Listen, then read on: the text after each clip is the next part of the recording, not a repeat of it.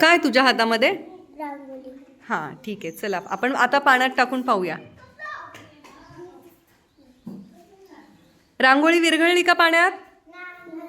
मग रांगोळीला काय म्हणणार तुम्ही? अविद्राव्य पदार्थ. रांगोळी पाण्यात विरघळत नाही. चला पुढे. काय? दगड. ठीक आहे, एक मिनिट. तुझ्या हातामध्ये काय आहे? चला टाका. हां.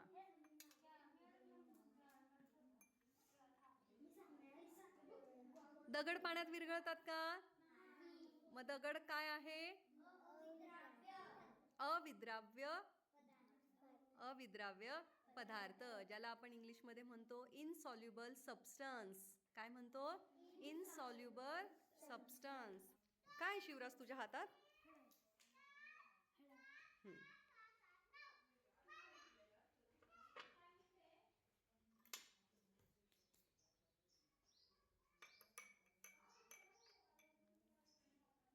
हळद काय झाली पाण्यामध्ये? विरघळली. आणि रंग कसा झाला पाण्याचा? मग हळद ही पाण्यात विरघळणारा पदार्थ आहे आणि म्हणून हळदीला तुम्ही काय म्हणणार? विद्राव्य पदार्थ. Very good. माझ्या हातात आहे मीठ.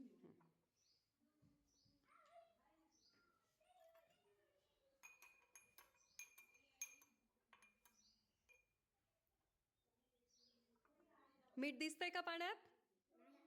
नाही.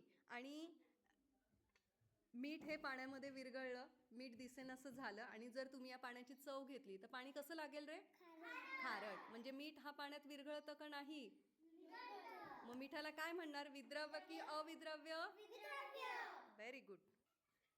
माझ्याकडे लाल रांगोळी.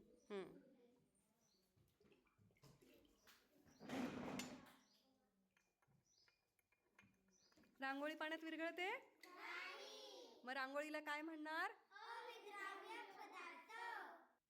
माझ्याकडे आहे साखर.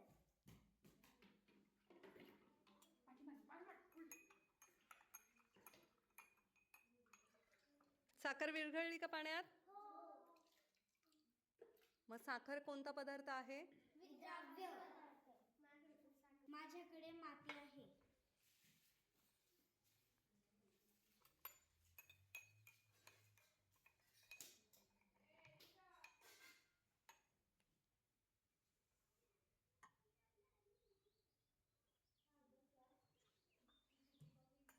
माती पाण्यात विरघळली?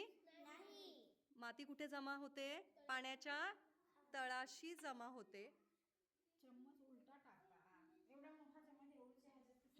मग माती कोणता पदार्थ आहे?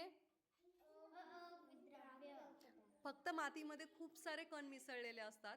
त्यातल्या काही कणांच्या रंगामुळे मातीचा रंग गढूळ झालेला आहे. परंतु माती हा अविद्राव्य पदार्थ आहे, कारण माती कुठे जमा झाली? पाण्याच्या तळाशी.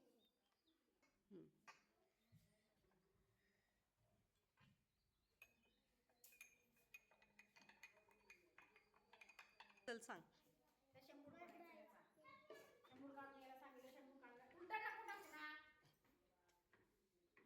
साखर कोणता पदार्थ आहे?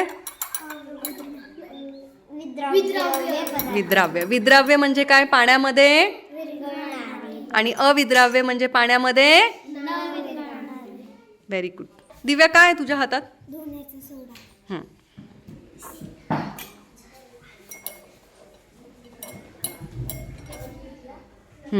धुण्याचा सोडा पाण्यात काय झाला? विरघळला. मग त्याला काय म्हणणार तुम्ही? विद्राव्य पदार्थ. छान. माझ्याकडे आहे हिरव्या रंगाची रांगोळी. छान.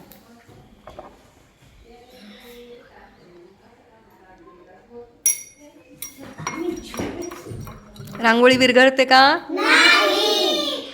मग अशा रीतीने आज आपण काय पाहिलं? विद्राव्य आणि न विद्राव्य. न विद्राव्य नाही, अविद्राव्य पदार्थ.